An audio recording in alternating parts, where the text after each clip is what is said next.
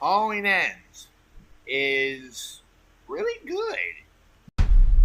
Come and get me, motherfucker.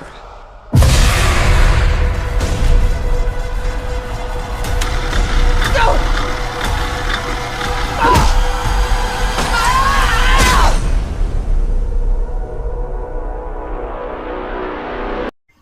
4 years after her last encounter with mass killer Michael Myers, Laurie Strode is living with her granddaughter, trying to finish her memoir. Myers hasn't been seen since. And Laurie finally decides to liberate herself from the rage and fear, embrace life. However, when a young man stands accused of murdering a boy that he was babysitting, it ignites a cascade of violence and terror that forces Laurie to confront the evil she can't control. Before I go any further in this review, just know that I will be spoiling a shit ton of the movie because I can't really do this review without spoiling, obviously. If you haven't watched the movie, it's on Peacock. I suggest you click off this video, like right fucking now. With that out of the way, I really enjoyed Halloween Ends. It's a great conclusion to the David Gordon Green trilogy, and it does a lot of new things, which is something that seems to make a lot of the fans upset. Yeah, this film's very divisive, much like Kills, and it's once again a Halloween movie that splits the fandom in half. I can see why, since this movie tries a lot of new things that, while I think it's a good thing, other people seem to not like it. But do I think this deserves the hate? No, not really. Ends finally does something new and gets Michael Myers out of the generic formula that he's been stuck in since the very beginning. And it's a nice breath of fresh air for the franchise. Sorry.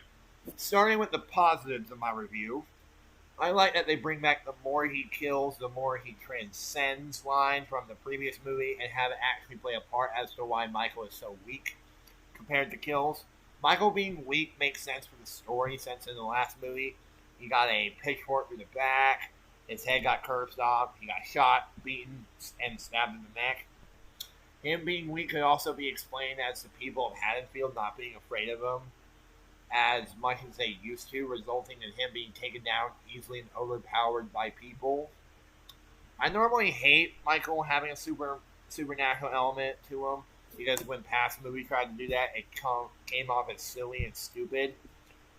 The Thorn trilogy, but here they play it off by not fully explaining it, which is something that I'm glad they did. Moving on, I really like the addition of Corey Cunningham in the movie because Rowan Campbell is a really good actor and he really makes the character worth watching. His first scene in the opening was intriguing. You get a peek into his personality and how he babysits an asshole kid, which eventually leads to him being accused of killing the kid after he swung a door open, causing the kid to fall off of the top floor, splatting onto the ground. It's a dark scene, especially for a Halloween movie, but I like it. It establishes the tone right off the bat. I also love that the title sequence has the same color as the title card in Halloween 3, which, funny enough, also had backlash when it first came out. And also, what's even funnier is that this movie came out exactly 40 years after Halloween 3 came out. So, hooray. Also, his scenes with Michael and him are interesting. Their first interaction is bizarre in the first watch, and it's up to the viewer to determine what exactly happened to him that made him become evil throughout the movie. I also really like his relationship with Allison. It was nice that she could finally have somewhat of a normal relationship after seeing her last boyfriend getting brutalized by Michael.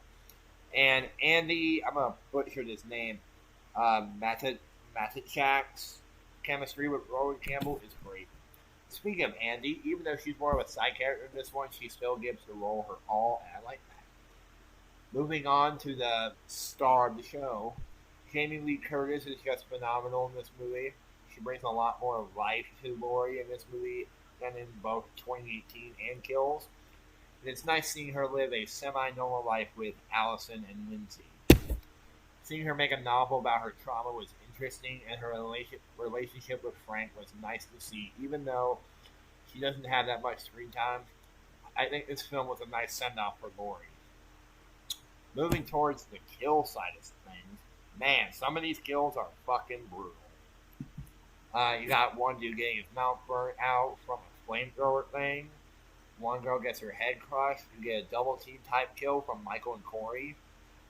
This movie definitely has the most unique kills in the entire franchise. Speaking of Michael, even though he's nerfed down a ton in this, he's still a badass. But with him being weak, of course, he has to have a partner, which is why I like him and Corey working together. Just to give an example, during Doug's death, Doug is it's an asshole cop character. His last name's Mulaney, which is a name that was in Halloween Kills during the flashback scene, opening. Like, you don't fuck with the Mulaney's. So Michael is overpowered by him and gets dropped onto the floor. Corey intervenes and knocks Doug down and begs Michael to show him. Corey holds Doug's arms and first Michael slits his throat and stabs him repeatedly on the ground.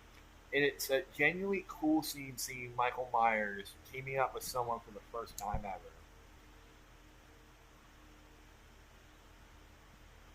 What? Oh, and the reason why I love that this scene brought back the more he kills, the more he transcends lines from the previous movie, is because after Michael kills Doug, he stands there and starts to shake, most likely regaining his strength. I also like that his partnership with Corey is very one-sided. You can tell that Michael only let Corey kill for him, so that he could regain power, and that's made even more clear when he shows up at Laurie's house and he goes to retrieve his mask after Corey showed up and took it off of him, which is, in my opinion, the funniest fucking scene in the movie. And a still alive Corey grabs his hand, but Michael could care less about Corey, so he grabs his head and snaps his neck. Putting an end to the dude. It's a brutal kill, but that pretty much solidifies the fact that Michael didn't care about Corey at all. He was just using him as a vessel of some sort. Which is kind of sad, because I grew up liking him. Even when he was killing people, you could tell that he had an on and off switch to his good side and killing side. But I am glad this leads into the real final battle between Michael and Laurie. The fight that was all over the fucking marketing, which that's a shitty way to market your movie. And it's every bit of amazing. But the ending is what really made me intrigued. So get this. Laurie traps Michael, stabbing, pinning his hands to the counter, and pinning the fridge on his legs. Laurie rips off his mask, gives us, I think the first time ever, a clear look to this version of Michael.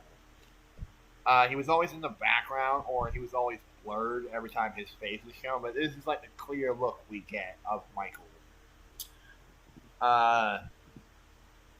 And tells him that she tells him that he's just an old man, and then she slits his throat. But Laurie isn't done yet. She and Allison, along with everyone in Haddonfield, take Michael to the junkyard and put him in a grinder thing, and they turn it on. Michael Myers, the man we thought was unkillable, is grinded into fucking pieces, actually killing him. Something that we all thought would be the last thing to happen. It's a brutal kill, too. The practical effects look amazing, but holy shit, they actually kill him. It was amazing. This made my jaw drop to the floor. Seeing this third act unfold was fucking awesome. From Corey's death to Laurie v. Michael to Michael's death is just perfection. I know that a whole lot of people are pissed about this movie killing Michael, but it's not like this is the first time it's happened. Hell, Michael dies in both Halloween 2 and the Rob Zombie Halloween 2. It's not that big of a deal. I like to think that Michael's death solidified the end of this trilogy. For the first time in 40 years, Laurie Strode finally gets her happy ending. Michael is dead. The evil in Haddonfield is gone, and all is well again. In the final few shots that replicate the original ending of the first movie, with Dolphy the Reaper playing, perfect ending. Halloween Ends is definitely a divisive movie. It'll either please people or will piss off the die-hard Halloween fans. But one thing I think we all need to understand that an opinion is an opinion. Don't get into arguments with people just because they like ends or hated ends. In my opinion, I really enjoyed this trilogy in its entirety. 2018 is one of my favorite Halloween movies in the franchise. Kills is a good middle chapter and ends is a nice breath of fresh air that will age well with time. I'm hoping this is the legit end of the franchise because there's nothing more you can do with the series. But considering it's Universal, they're gonna fucking do something. They're gonna do something more with the character. Probably make him be a baby and kill people. Fucking like hear a music box version of the Halloween theme. But only time will tell. As for my rating, I'm going to give Halloween Ends a solid 9.5 out of 10. Don't be a dick.